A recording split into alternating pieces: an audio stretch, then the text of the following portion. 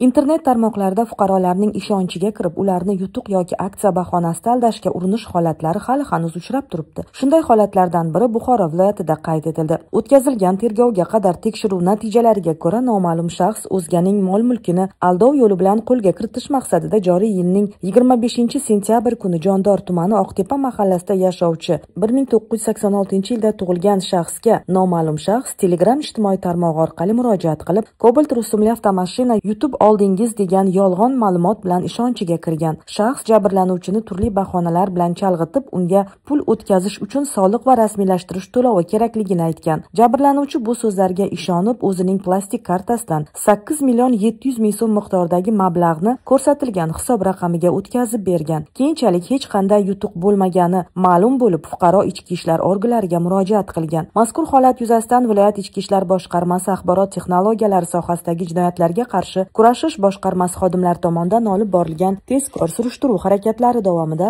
bu jinoyatni Surxondaryo viloyati Sho'rchi tumanida yashovchi 2003-yilda tug'ilgan fuqaro sodir etganligi aniqlangan.